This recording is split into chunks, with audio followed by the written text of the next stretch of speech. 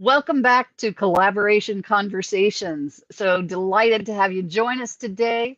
We are joined today by a very special guest co-host. As you know, the co-host, Pearl Cox, is unable to be with us for a little while. And so we've been having a series of amazing guest co-hosts. And today, my guest is Dee Bowden. Did I say that right, Dee? Is it Yep, Bow or Bow? it's Dee Bo. It's Bowden. Bowden. Dee Bowden. You All got it. right. Dee is a revenue recovery specialist. I love that title. She Thank works you. with governments, she works with companies, and she is the author of Collect the Cash. I'm sure we'll learn a little bit more about that later today. Welcome, Dee. So glad you're here. Hey, good afternoon, Regina, and thank you so much. As we like to say, good morning, good afternoon, good evening to your fabulous audience around the world. I'm excited to be a part of this conversation about collaboration, especially in business. Oh my goodness, we're gonna Yeah, have so much. You already know. We start with high energy. We're gonna have a lot of fun. We're yeah. gonna educate the people on collecting the cash, why collaboration in business matters. How did I get the fancy title of revenue recovery specialist? Oh Yeah. my goodness. I love it. I love it. So glad you could be with us today, Dee. Absolutely, my pleasure. My pleasure. Awesome. So let's start off by letting the folks know a little bit more about you. And you're right, we've had a great time every time we've gotten together. We've had a lot of Absolutely. fun, and so folks, we expect to do the same thing here. So Yeah. It's great. You know what it is? You know what it is, Regina? It's good synergy. And and yeah, it's so funny because especially I like to say in these internet streets, when you actually get it online and then it transfers to in person, you're like, oh my gosh, you're really the same person. yeah, Absolutely. Yeah. exactly. Yes, Yeah. you want Because to you be got the same person. yeah, That's yeah. right. And that consistency is so important. I think that's something Oh that people yeah, forget, it in is. business and in life is that like, for the past 2 years, as you know, we've been in this wonderful Zoom and Microsoft Teams and Google Meet space, and Right, everybody's like, right. "Oh my gosh, I got to show up on camera. Wait, I got to get dressed from at least the waist up and look halfway presentable." Yeah, exactly. So Oh, yeah, so I love to have fun. I mean, I think first of all, life in business is very intense and very it can be very very stressful. And I think laughter. I firmly believe that laughter is good medicine. I think amen. you gotta find amen for sure. You gotta find the humor in things, Yeah, and I think you just sometimes you just have to take a deep breath. That's why I was like, well, I'm gonna talk about yeah, we're gonna get into my story and all the things, but I want people also to know that right now, while the world is starting to open back up again and all the things, it's great to get to meet people. But speaking of collaboration, we're doing this collaboration on Zoom and we're doing it on LinkedIn Live. And it's such a great thing because people have been building relationships. Like I have built more relationships in the past 2 years yes. online than I have in years in person. Yes, there were a lot of horrible things about the last 2 years, not the least of Absolutely. which is loss of life, Of course. so many things. But there have been a lot of really good things that have come Yeah. out of it as well. The Yeah. world has opened up to us. Yeah. You literally can do business anywhere in the world, Yeah. make friends anywhere in the world, people True. you may never ever meet. I mean, I got to speak at a conference this year in Nigeria Wow. from Texas. We gotta talk about that. That sounds like Yeah. fascinating. Like, It was yes. wonderful. It was a women's conference, and it was Okay. just so exciting to be able to do that around the world, around the globe. And, so there's just no limit. I firmly, two things on what you said I want to touch on. One Sure. is I believe if you can't have fun while you're doing it, there's no point in doing it. Oh, Right. absolutely. Yeah. Absolutely. Absolutely. Two is that I believe that technology took at least a 10-year jump Oh, yeah. during For this sure. last 2 years, minimum of a 10-year jump. And so it's just a lot of really good things came out of a horrible situation. Oh, I totally agree with you, Regina. I know for myself, people are like, what does it have to do with collaboration? Everything, because here's the thing. I had to learn how to work with, I first, for example, um, before the pandemic, I was okay with being online and doing lives and doing conversations like this, but I had to get really good with showing up on camera and bringing my Yeah. high energy and having Yeah. fun. And also, but also, as you said in my introduction, I collect money for a living, so I work with work within I support government agencies and corporations and companies. And so a lot of times we have to get on a Zoom call, and we'd have to talk, and you got to show me your invoice and show me your contract and show me where you missed it.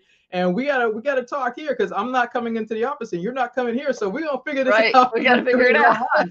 So and then just getting comfortable with technology. And even like before we went live, one of the first things I said to you, I said, hey, do I need an external microphone? Is the lighting Right. okay? And it is all these things you had to learn, and that was a part of collaboration, because obviously, I mean, this is your show, and I'm a guest, and good home training. You want to show you show up nicely to your guest home, and that's why I try to make sure everything was good. But I say that because I feel like sometimes when we're looking at business and collaboration, people forget that. I think as you know, I talk about my 4 keys to collect the cash, and one of them is problem solving, customer service, gratitude, and relationship building. That's important. But before I get into the keys, so I know you would ask me first. So who am I? So I'm Dee Bowden. Yeah. I'm originally from Boston. I live in the great state of Maryland. My fun facts are I love smooth jazz, Ferris wheels, and great wines, both red and white. So fall is like a perfect time Love for me, it. because now, like, I don't know if you ever had hot mulled wine. Oh my gosh. It is an amazing thing. You get some. One of my buddies used to make it for me years ago, but I remember this time of year because it was like, I get some hot mulled wine. So you find a wine that you can heat up, and you put the spices in the stick, and it's just great. Especially if it's a cool evening, and sit outside and enjoy that. But I've Now I've always had hot enjoyed. mulled cider, Yeah. like apple So cider. I've had yeah. that. So Yeah. same thing. Just Yeah. figure out a wine and switch out the cider, and you're good. I'm just saying that because you were talking about having fun. So that's like, I mean, this Yeah. time of year is like you get, people are doing this whole run on pumpkin spice and all the things, and everybody's super Yes. excited about that. Yeah. But all right, so back seriously. So how did I become a revenue recovery specialist? So I Yes. say 15. Now it's probably closer to 17 years ago. I used to work for a small IT company outside of Boston, where I'm from. As you well know, Regina, you know how it is when you get hired with a company or corporation or anything else. It's always welcome aboard. Here's your cubicle. Here's your box. I jokingly say, here's your plant. And in my case, here's your list of accounts. Now, this was a small IT company. We're talking less than 100 people. And they had sold lots of IT services. So they sold IT services, they sold software licenses and all the things. When I got hired, they already had a collections team in place, but they also needed somebody else to handle these what I like to call these special accounts, more like the more challenging accounts. They're like, okay, we're going to test you and see if you can really collect this cash. But I said, here's your list Give of you the accounts. tough ones. Give you the tough ones, the ones that nobody else can crack the code. I'm like, okay, I'm always up for a challenge. I'm like, let's get it. All right, cool. So they give me the list, and they're like, we have $8 million in outstanding receivables. I'm saying, y'all have what? They're like, listen, here's the agent. There's $8 million in outstanding receivables that we need to collect. Now, now, mind you, I'm a part-time person. I only work Monday through Friday, 4 to 8. They have more senior people at the time, all the things, and I'm thinking, okay, what's the story behind why can't y'all collect this cash? So I'm a believer. So I had a short conversation with God and I had my prayer. And when I got out of my quiet time, I discovered that business to business collections is 4 things. Number 1 is problem solving. It's answering the question of what had happened was, whether it's the invoice did not get submitted correctly to the right department, it's missing something, there was a mistake in data entry error, something. There's some reason why the invoices didn't get paid. So that's the first thing. The second key is an extension of customer service. And what that means to me is it's the follow-up. Now, I believe that when your invoices get past net 30, the follow-up has to be like the 31st day. Somebody has to be on the phone or doing a Zoom call or a team or something and figuring out, how do we come together? How do we collaborate to figure out, what happened? So why the payments haven't processed? My secret sauce is gratitude. Most people ask me, Dee, what is this thing with gratitude? And it's so funny because I've seen more posts lately on LinkedIn about gratitude than I've ever seen in my whole life. And I'm like, oh, y'all are hilarious. It's like, okay, so people are joining me on the gratitude train. I'm like, yes, gratitude is this. It's, when we were as kids, we were taught, there were 2 things you always had to say, please and thank you. And thank you. Yep. Yeah. Well, I personally believe, I have a 2-part story to this, and you know this, but I believe this. When I'm working with government agencies or corporations or companies on behalf of my clients or doing things in my career, I believe that the person who takes my phone call, who pulls up my invoice, who helps me identify if we made a mistake when we submitted it, and most importantly can tell me, hey, your invoice will be on the next check run or the next, ACH payment or EFT payment. I believe in saying thank you to that person because it took them time to help me research something I probably would have never figured out on my own. Right. And that gratitude is important. And then the last key is relationship building. You and I both know that in life and in business is always, who you know, but more importantly, who knows you.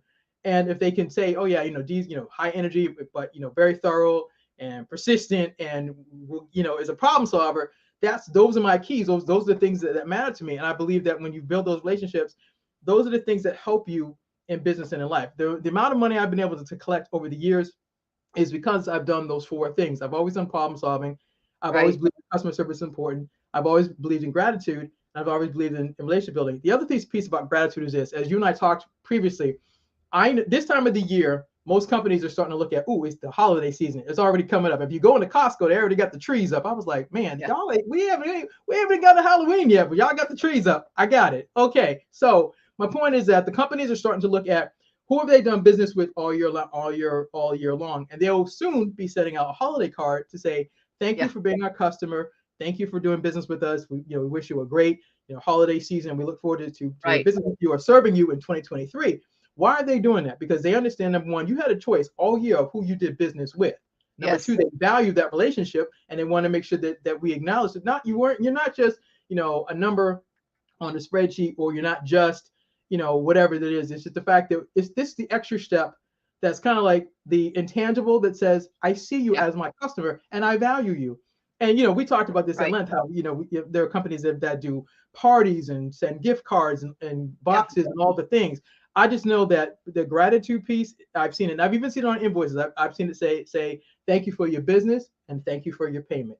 And I just started noticing that being a theme, and I was like, okay, well, that's something I'm going to incorporate in how I do business. And I'm Right. like, okay, it seems to work. So that's how I got here. That you remind me of several things there, but I'll take the gratitude one quickest. I don't know if I still have that right here on my desk. I do. So my husband went and got the mail the other day. Our mail comes into a community box, kind of Mm-hmm. a thing down the street. And he went and got the mail, and there was a package in there for me. And I'm like, huh, I didn't order anything. What have I got? So I opened it up, and it's from someone that I have made some referrals to lately. I've sent them, introduced them to a Yeah. couple of folks. Don't know if it'll go anywhere or anything, but introduce them to somebody. And so he sent me this lovely little package of white chocolate with raspberry chunks in it, kind of a thing, and a little card says, Regina, you're a sensational resource to our business, and I want you to know that I appreciate you, Michael. There you go. Just, and I've kind of gotten away from that myself. But I remember, like, in my staffing firm, when I had my staffing firm, we did Mm-hmm. that. And you and I talked about, like, we had the whole staff sign the cards, but we Yeah. would also send out packages to, actually we didn't do so much sending them out, I think, as we would have our salespeople hand deliver Mm-hmm. them, because we were within it wasn't like today when you're Right. dealing with Australia or Nigeria or Right. Right. wherever in the Right. world. Right. Right. But those little points. So Michael, I'm going to be calling you and saying thank you for Yeah. that. Yeah. It was And that's wonderful to and that's be thanked. absolutely, and I'm first of all, I'm thank you for sharing that here, because we're talking about collaboration and we're talking about why it matters. So Michael valued you and what you've done Yes. for him in terms of making referrals, and he didn't, he could have just sent you a quick text or an email to say, hey, okay, Yeah. thanks. But the Thanks. fact that he or somebody hand wrote the note and found out that you like white chocolates is even better. But more Yeah. importantly, it's that intangible feeling. I kind of equate it to, I think we talked about this. I talked about there's a hotel that sells warm chocolate chip cookies when you get there. Yes. And Yes. it's that it And brings I you back, love those. yes, and it brings you back to that sense of, man, I feel good here. Yeah. You're seeing me as a customer. I'm not just a Yeah. number, and you're doing It's something definitely a warm fuzzy. yeah, Definitely a definitely. warm fuzzy. Yeah, Yes, and I think absolutely. this is important. I think you got to find the warm fuzzies in business and in life. I think when you're collaborating with people, even when you're dealing with challenges. And so I just realized I forgot to finish the rest of the story. So let me go back to that real quick. Okay. Finish the Okay, story. so after getting hired and getting told, here's my list of accounts, I did Yes, they've got to hear the rest of this. yeah, they gotta hear the rest of the story. So I get my accounts, I do my prayer, I get my keys, and then I go to work. And what I did was they had gave me $8 million. I collected six in 60 days. Now while working part-time. Now, why this matters is that after collecting that much money, the CEO of the company says, listen, we need to have a chat. Now, because I'm in AR, accounts receivable, I'm thinking that we're going to get a bonus, and just like salespeople get a commission. I'm like, okay, Yeah, great. because we I've collected collected six grand, 6 million. I collected 6 million, and I'm part of a team that's collected a lot of money. So I'm thinking we're all going to come. They're going to come downstairs and they're going to have checks to give us. No, come downstairs is listen. I want to thank everybody for the service across all the teams. So that's order entry, fulfillment, invoicing, sales, IT, and collections. Thank you all for what you've done. An executive decision has been made. We're closing the company today, and you've got 30 minutes to Today. go pack up your box and leave the building. This is literally 2 months before Christmas, and actually, this is the month as it happened in October. And so every October, I'm mindful of that because Yeah. although that happened to me years ago, after getting up off the floor, I was like, Yeah. okay, wow, I'm part-time and my life is changing. 100 of us, our lives are changing 2 months before Christmas. Fast forward to, as we are talking at the beginning of the show about COVID, now as I'm watching, small business owners scramble for, loans, I'm watching some of the Yeah. major companies decided they're closing. I think I saw Payless Shoes, Charmin Charlie's. I think I saw Kmart, and I can't remember some other things. But the biggest thing for me that really got all of this kicking off was when Broadway shut down. Broadway Yeah. itself is a multi-million-dollar business because you got all the theaters in New York City doing shows, and Right. all the theaters are also businesses and have contracts with small business owners to sell tchotchkes and all the things. And Yeah. when Broadway shut down, I was like, this is a really serious thing because I'm thinking about all the theaters that had planned to run these shows. Number one, number two, Right. they had contracts with the vendors to sell their tchotchkes, t-shirts, keychains, whatever. All of them Yeah. had sales projections that they were expecting to get for because the shows are supposed to run. All of that went away, and I'm thinking, okay, how much in terms of trying to collect the cash and making sure the sales complete and the money's in the bank? You can't because you have projected this, but the money's not there. How is Money's your not how is coming. your how is your cash flow impacted? How are you able to manage rent and life and all the things? And I'm thinking, okay, so that kind of was the one of the impetus that my book coach said, D, you got to tell your story and you got to write a book. And so we played double dutch and she won, which is why I have the book Collect the Cash today. Double Dutch. I love it. Because we were back and forth. Because I really, to be honest, Regina, I didn't want to tell the story. And she was like, no, D, us small business owners are your why. And Yeah. we don't have anybody that's talking to us about tracking our payments and why it's so important Right. for us to make sure that we do the follow-up. Nobody talks to us about this part. They talk to us about Yeah. everything else. And so I say double this because if she was here, she would tell you, I was like, no, I'm not doing it. She's like, oh yeah, you are. No. And then she finally said, she goes, D, I'm one of your clients. I could be a potential customer because I need your tracking system. I need to Right. know how do I handle this if I have a client that doesn't pay me, or what do I say so I don't mess up the relationship, and how do I fix this? And you've been able to learn over years how to do this with style and grace and ease. Teach us. Please write this. So that's why I said double this, but she won, and that's why this collect the cash today. And go ahead, please jump in. I just think that's so important what you've mentioned a couple of times now without maybe saying the word so much, but systems. Yes. Systems. You talked about, needing to do that follow up on day 31, if it's a 30-day Yeah. cycle. That's a system that's in place that Yes. gets that follow up done. Everything you Yes. just talked about requires systems Yes. to get in place. Yeah. So, how can collaboration come into play in terms of getting those systems in place? Any thoughts Great on that? question. Absolutely, I'd love to. So I believe the collaboration can come into place with systems is this. So for example, I'm in AR, so my collaboration would be with say IT.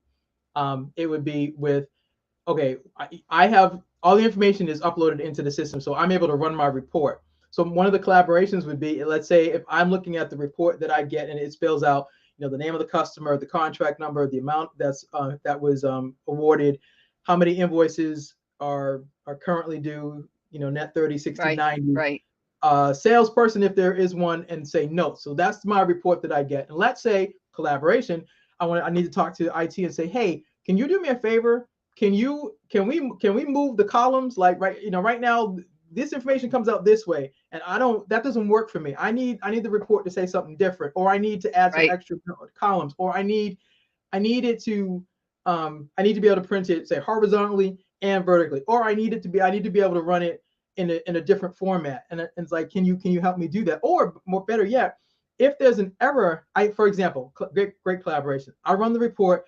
I keep getting the same error every time I run the report. Okay, can we get on the call? I want to show you when I run the report through IT, through the financial system, I keep getting this error. I need to collaborate with somebody to help me figure out, okay, is it a bug? Is it something that I'm inputting incorrectly? Am I missing a step in the process to run the report? That part. So collaboration is us sitting down or sitting on a screen and saying, okay, here's where you're missing it. You missed this step. You got 5 things to do and you forgot to do this. Oh, well, because then when I'm looking at the process of how to run the report, well, that step was missing. And so I keep making the same mistake over and over again because I've never asked somebody. Systems. Right. I've never asked somebody to sit with me and say, hey, show me what I missed, or better yet, have them watch me do what I do. And you say, indeed, the reason this is not working is because of this, that part. I think that's such a critical point that you bring up, because we tend to think a lot about collaborations outside of our organization. Mm-hmm. But there are a lot of collaborations that need to take place inside the organization. Absolutely. Listen, oh my goodness. Okay. That was a big amen, wasn't it? That was a big amen. Listen, if I had my church fan, I would be fanning over here. Yeah. So speaking of collaboration inside of businesses, accounts payable, people who do billing and AR, they go together. Yes. The person who prepares the invoices also sometimes. Now, technically, it should be the person who prepares the invoices is not the person that's collecting, but obviously, sometimes in companies there is a person that does both. But sure, depending on the size of the company, and absolutely. But you're supposed to have segregation of duties so that it doesn't cross paths and all the things. But accounts payable and accounts receivable, they definitely go together, because the person that is processing the invoices to the customers needs to know who's the person that's going to be collecting it. That's one collaboration. Another one is the salesperson. For me personally, I believe that sales and AR and AP, I think they need to be like a 3-strand cord. All 3 of them need to go together all the time, because the salesperson on the front end gets the sale. We celebrate them. It's fantastic because obviously they're bringing revenue into the business. But after they get the sale and after they get the quote and after they pass it along or put the data into the system, once it goes down the boxes, it eventually goes into this, whatever system they're using. That information usually gets created to generate an invoice, and then it gets reviewed and it gets sent over to the client. But then what happens if there's missing information? A lot of times what happens in terms of collaboration is that we're focused on getting the sale, which we should be, but it's the aftercare. After you get the sale, can we double check the data? Because I deal a lot with government, and I close out contracts for them. I'm dealing a lot with cleaning up things after the fact. I'm always asking the question, man, did anybody check this before this went out? Nope. We were awarding the contracts, getting it out, and that was important. And I get that. So when I close out contracts, I am cleaning up or reviewing the process that should have been, and then finding, okay, we made a mistake here, made a mistake there. And because people don't talk, and it's like, okay, I get it. It's the focus is get it done. And that happens in business as well. And I feel like unless you put into the mix quality control, a check-in meeting once a month. Let's say let's go. You know how they do audits? They'll do a sample of contracts or accounts, and they'll run them. They'll want to make sure that everything is going correctly. That's a good thing of collaboration, because that's how you figure out, okay, something is missing or something is not right, and we keep getting the same error, but nobody wants to talk about it. But if you had something that was called quality control, you might get to see, okay, these three different departments always have this issue, but nobody's talking about it. Well, how can we get together and get some Starbucks, and can we chat? Can we do 30 minutes on? I'm serious, and talk. Yeah, because how else are we going to fix this or improve this if we don't talk about it? Because otherwise, it just keeps coming up every month, over and over and over again. Exactly. Yeah. And here's the thing: I like to say it this way: collaboration is this. I mean, even when you go out to eat, collaboration is a survey, because the restaurant asks you. That's true. Asks you for a survey. They want to, That what is are they true. doing? They're gathering information so they can figure out, okay, did you have a good experience? Can you rate us, the stars? Was it one to five? They want to know, did you have a good experience? Would you share, would you recommend us to, your buddies? And there's all these things. They're Yeah, they're they're collaborating with you because number one, they're right. gathering that information so they can see, are we doing well with our customers? Two, where do we need to improve? Three, um, and usually if it depends on the store or the restaurant, they may send you like a $5 gift card or whatever for participating. But Yeah, the point is, they're collaborating with you because they know they can't get better, even though they can look from the $10,000 feet above. They can't get better until they talk to a customer and say, okay, can I get your honest feedback? And then you would go, yeah. well, here, yeah, what had happened was, and then they tell the story, and they're like, oh, okay, got it. We need to make some notes and make some changes, probably for the better. So then there needs to be a next step in place that where that information goes and how it gets utilized to actually improve the system. Right. And again, more collaboration there. Awesome.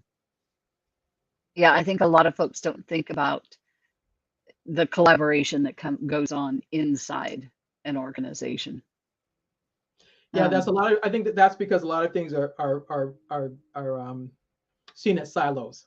So right. sales is one silo, AP is one silo, AR Yes. is one Yes. silo, IT is one silo, finance is one, and then it's only when usually if there's either a huge celebration or there's a big snafu, then it's like, oh, Yeah. we come Yeah. together. Like, yeah, really? Oh, okay. When you and I were talking the other day, one of the things Yes. that, and you mentioned it again today, but one of the things that I thought that you said that was really important was AR and sales Hmm. collaborating so that Absolutely. you know what took place because sometimes that invoice hasn't been paid because of something that happened on that sales end of the discussion, Yep. right? And there may Yeah. be different expectations that didn't get delivered along the way. Yep. That happens more often than not because listen, I get it. The salesperson, hey, they finally nailed down this client. Listen, we got to get this done. I got to make my quota. Got it. Then, but unfortunately, because a lot of times sales is taught to do sales, no one really talks to them about, hey, do you realize that your sales quota, because actually eventually becomes a contract, and there are other Yeah, pieces that are part of it. So it's sales, it's AP, it's AR, and it's IT, and it's right. finance. And if we miss something along the way, the client eventually won't pay us because of something that we if we had fixed it on the front end. I also think that um, because of where I've worked with because I've worked with IT and software companies, I learned very early on that I had to build relationships with the salespeople. They were so in some companies and corporations, I'm sure you probably know this. They have what I call account managers, and the account manager is the person that deals with collaboration. They've got a team. They Right. okay, what makes up Right. what who takes care of this account? So there's the account manager, there's a sales rep, there's an AP person, and there's an AR person, and there might be somebody else. But that overall Right. person that's the account manager, he or she is responsible for everything that happens with that client. And Right. the collaboration is to make sure that if there's any breakdown in the system, he or she is overseeing that account. And something, old school, they would go out to visit the client. Hi, Right. I'm coming to see you today to talk about your account. We want to make sure everything's good. Are there any concerns that we have? Is there things we've missed? What are they doing? They're doing collaboration. They're doing customer service. They're doing relationship Yeah. building. They're doing all the Quality things, control. quality Yeah. control, all the things. I don't know if they still do those kind of things in person, but I'm sure they're probably doing it more on Zoom and Google Meets Yeah. and yeah, all the and Microsoft Teams, because um, at the end of the day, collaboration is how everything gets solved. I don't know anybody.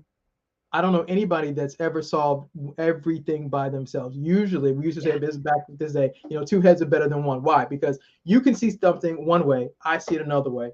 But Yeah. if I ask you for your insight, you might bring out something that I just didn't see, and that happens to us all the time. I don't know how many times, Jen, I've been working in this field for a long time, and I could get stuck on a contract, or I didn't understand something, and as soon as I say, "Can I talk to you? You have 5 minutes? Can I show you what I'm not seeing?"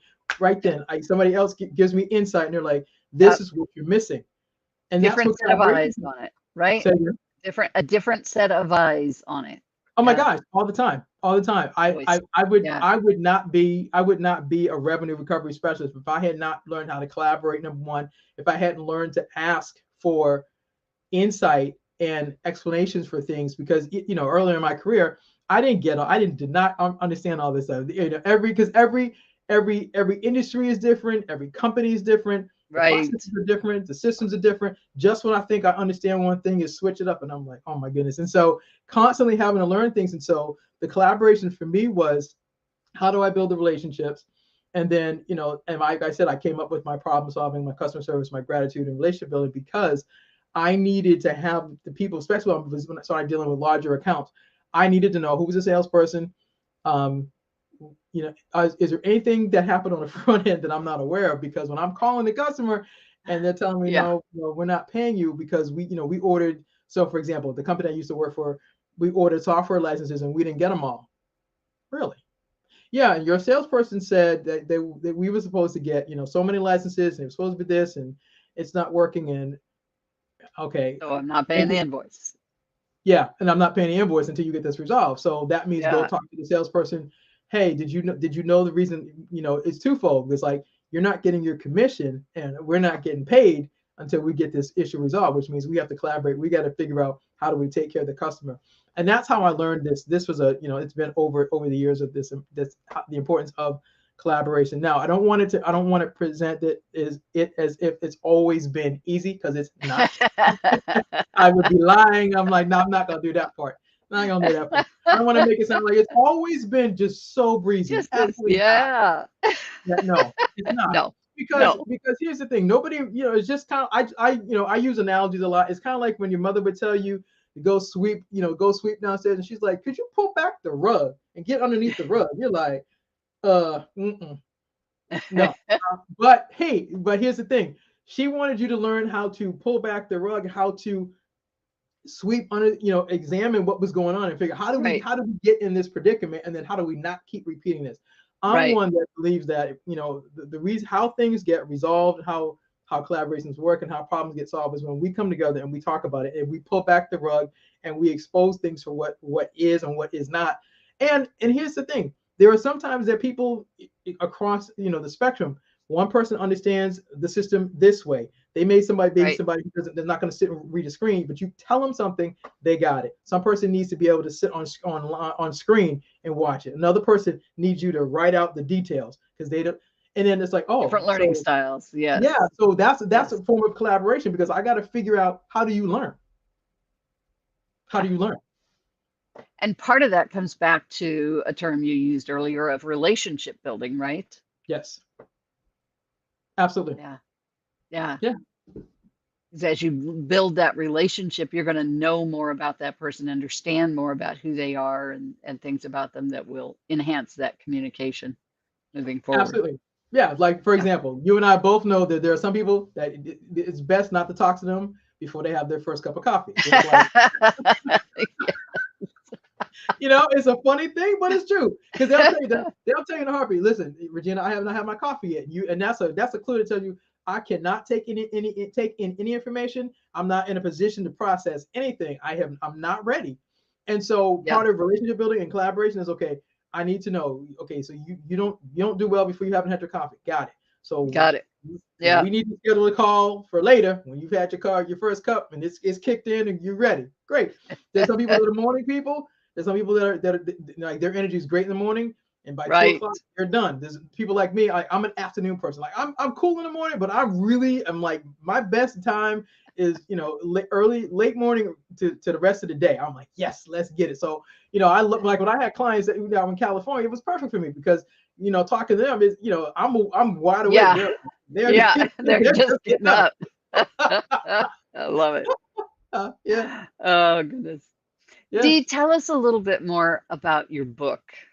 sure. And I mean, obviously, you said you went kind of kicking and screaming to write it to a I do. degree, but Yeah. how was that process for you? Of what's in it? What's the biggest takeaway for people? And how was that process of doing that? Well, great question. Well, it was so funny, because the process to actually write the book came because I literally saw my book coach do a Facebook Live, and she kept saying, you can write a book in 90 days or less. And I just was like, you can do what? I'm like, nah. And then I went to her webinar and I told the story that I told you. And she was like, Dee, you have a system that literally, this is a direct quote. She goes, Dee, you have a system that you can teach small business owners how we can win with our money. And she's like, I really, I need you to do this. So we started with that. And then, so in the book, Collected Cash, it's my personal journey of me working for the company that went out of business. It's, I don't have the book in front of me, but some of the chapters are about following up. The fortune is in the follow-up, encouragement for new entrepreneurs, mindset over money, because I believe that when you're dealing with collecting cash, it's a mindset issue. I think the last time we talked, I gave a sports analogy, and I talk about, especially right now, this time of year, you've got baseball. I think they're in a division playoffs right now. You've got football that's going on, basketball is going on, and if soccer is still playing, they're doing playing. But the point is, every person, all the teams that in all of those sports industries are getting into the zone. So I talk about collections in this way. I talk about the pregame, which is basically analyzing how many accounts you have to collect for this week or this month, and how do you get yourself in the mindset to go, okay, I've got some accounts that are easy to work on, and then there's some that are very challenging. So there's pregame preparation. Then there's game day. That's pulling your AR aging, getting your list of accounts. Who is it, the name of the person you have to call, what's their email, do you have all the information on the invoice, do you have everything you need, and then who do you need to talk to? That's game day. It's getting actually into you have your script that you're saying, you're making your phone call, you're following up. And then post game is my favorite part. That's celebration. That's making sure that when you can put in your notes that they said the check will be cut on such and such date, and you note that, and then go back and make sure that it hit the bank, so that when you run your report, you'll show payments. That's part of the process. So it's pregame, game day, and post game.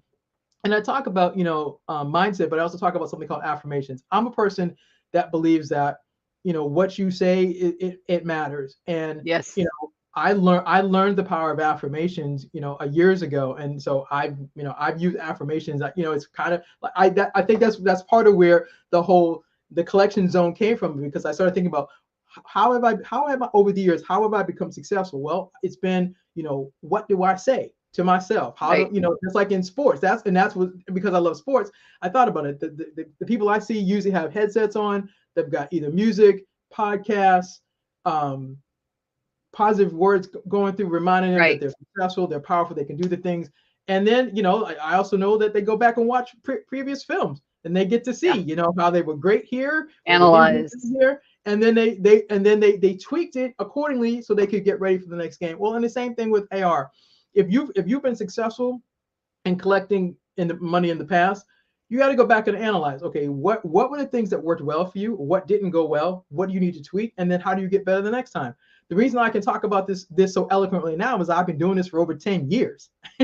And when I wrote my book, I talked about, the mindset, the follow-up, the scripts, one thing I didn't share with you last time, Gina, was that I actually got fired from a company that told me I didn't know how to collect money.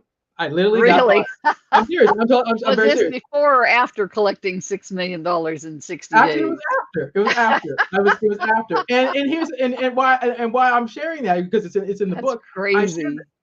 I shared that because there was this company I work for. They said that you don't know how to collect money, and you don't know how to close out contracts for a government agency. Now I closed them out for several, and I've got records to prove that. The point was that when they told me that, I'm sharing this to tell you that sometimes in life, people are going to tell you that you can't do something even though you're really good at what you do. And how do you bounce back from that? How do you get up from that? What do you tell yourself so that you won't stay stuck there? Because I could have stayed stuck in the fact that he's like, you don't know how to do this, and I'm like, really? Yeah. Watch me. But here's the thing: I had to just like what happened to me working for that company that went out of business, and I had to get over that loss.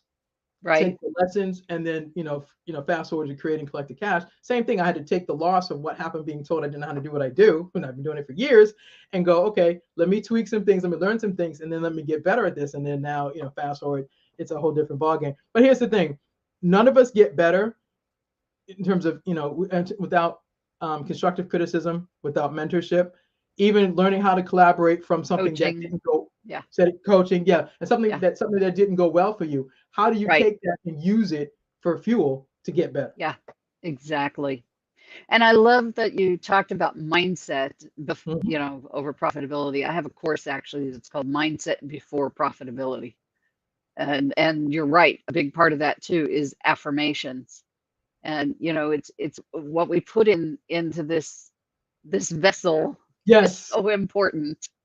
yeah, it It's is, so and it's important. and it's interesting because I don't think I really realized.